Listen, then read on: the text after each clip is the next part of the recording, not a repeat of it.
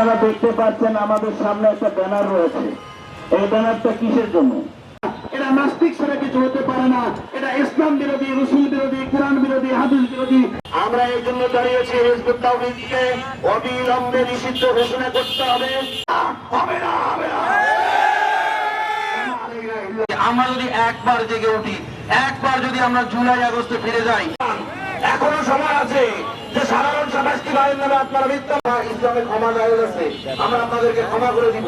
আপনারা এবং ক্ষমা যদি না চান, আমাদের বিরুদ্ধে যান। আমরা কালকে দেখেছি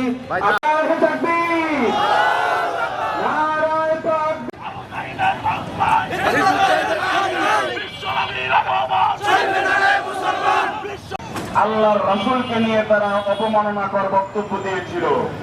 মহানগরের আইম্মা উলামা পরিষদের অন্যতম সদস্য পূর্বের বক্তাদের কাছ থেকে আপনারা জানতে পেরেছেন